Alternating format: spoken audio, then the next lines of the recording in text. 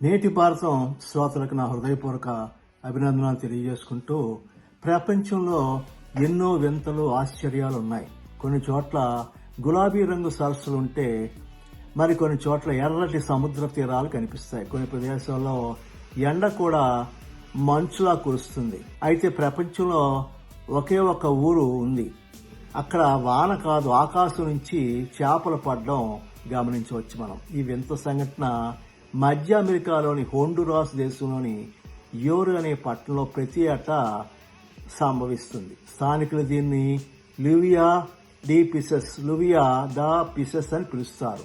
ప్రతి సంవత్సరం మే నుండి జూలై మధ్యలో 1 లేదా 2 సార్లు ఈ చేపల వాన కురుస్తుంది. భారీ వానల సమయంలో చిన్న చిన్న వెండి రంగులో ఉన్నటువంటి చేపలు రోడ్లపై, పొలాల్లో పడడం గమనిస్తాం.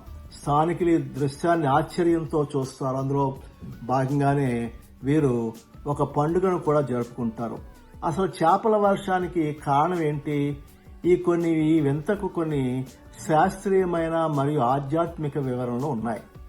వాటర్ స్పౌట్ లేదా సముద్ర సుడిగాలి సిద్ధాంతం అని ప్రకారంగా కొందరు శాస్త్రవేత్తలు, వాతావరణ నిపుణుల అభిప్రాయం ప్రకారం సముద్రం లేదా నదుల నుంచి చేపలు సుడిగాలులతో పైకి లేపబడి వర్షం సమయంలో నేలపై పడతాయని భావిస్తున్నారు. అయితే యూరోప్ పట్టణానికి దగ్గరలో ఏ పెద్ద నీటి వనరు కూడా లేకపోవడం ఈ సిద్ధాంతంపై అనుమానాలు రేపుతా ఉంది. భూగర్భ జలాల సిద్ధాంతం. మరికొంతమంది ఈ చేపలు భూగర్భ జలాల నుంచి భారీ వర్షాల వలన పైకి వచ్చి నేలపై పడతాయని కూడా అంటున్నారు. ఇవి చిన్న సైజులో ఉండి అప్పటికప్పుడు ప్రాణాలతో ఉంటాయి. ఇంకోటి మతపరమైన విశ్వాసం. స్థానికులు ఈ సంఘటన ఒక దైవ అద్భుతంగా భావిస్తారు.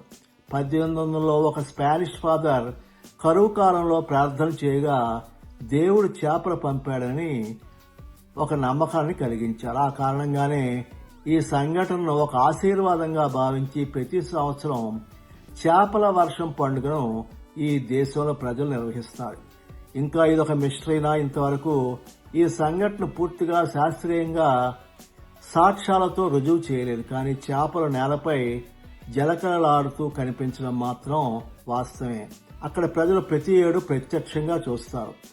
ఈ చదువుతుంటే కలల ప్రపంచం అనిపించవచ్చు. కానీ హోండురాస్లోని యూరో పట్టణంలో చేపల వర్షం నిజంగా జరుగుతాం. శాస్త్రం, మతం లేదా ప్రకృతి గుట్టు ఏదైనా కావచ్చు, కానీ మనం అర్థం చేసుకోలేని వింతలు ఈ భూమి మీద ఇంకా ఎన్నో ఉన్నాయని ఇది మనకు గుర్తు చేస్తుంది. వీడియో మీకు నచ్చినట్లయితే షేర్ చేయండి, సబ్స్క్రైబ్ చేయండి, కామెంట్ చేయండి. జై హింద్.